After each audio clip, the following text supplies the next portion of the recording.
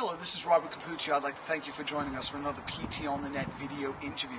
Today we're going to talk about what happens when a client presents with pain, but they also have an ambitious goal related around, weight loss, let's say, and they're really motivated to get going straight away.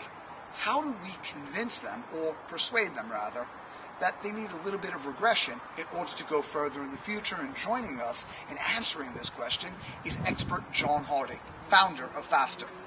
Hello, John. Hey, Bobby. Thanks for joining us today, and let's get to the answer.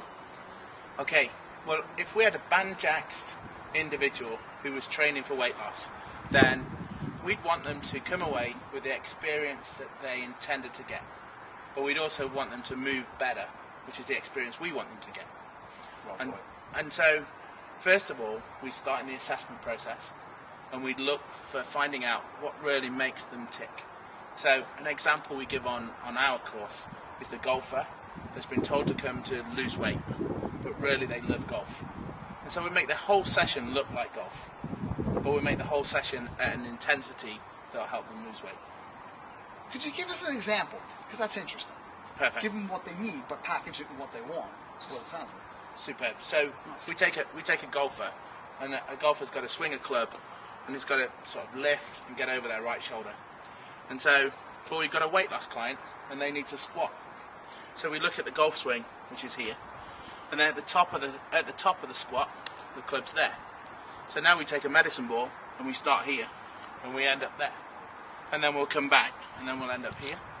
And so they know that's golf, but we know it's squatting, and so we both win. Now, how somebody judges exercise progression and success is quite subjective, isn't it? Yes.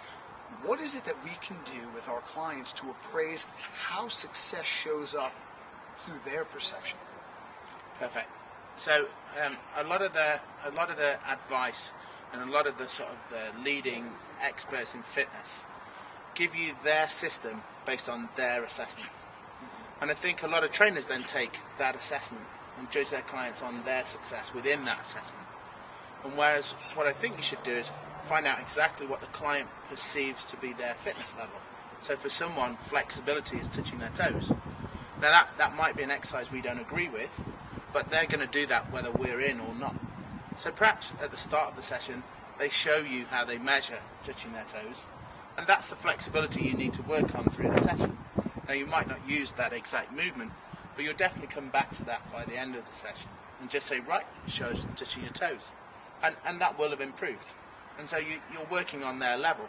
At the same time, you might think, well, I thought touching their toes was all about their foot moving, and you worked on their foot, but relating it to them and what they do is going to keep your client happy and keep them focused on moving on to their next goal.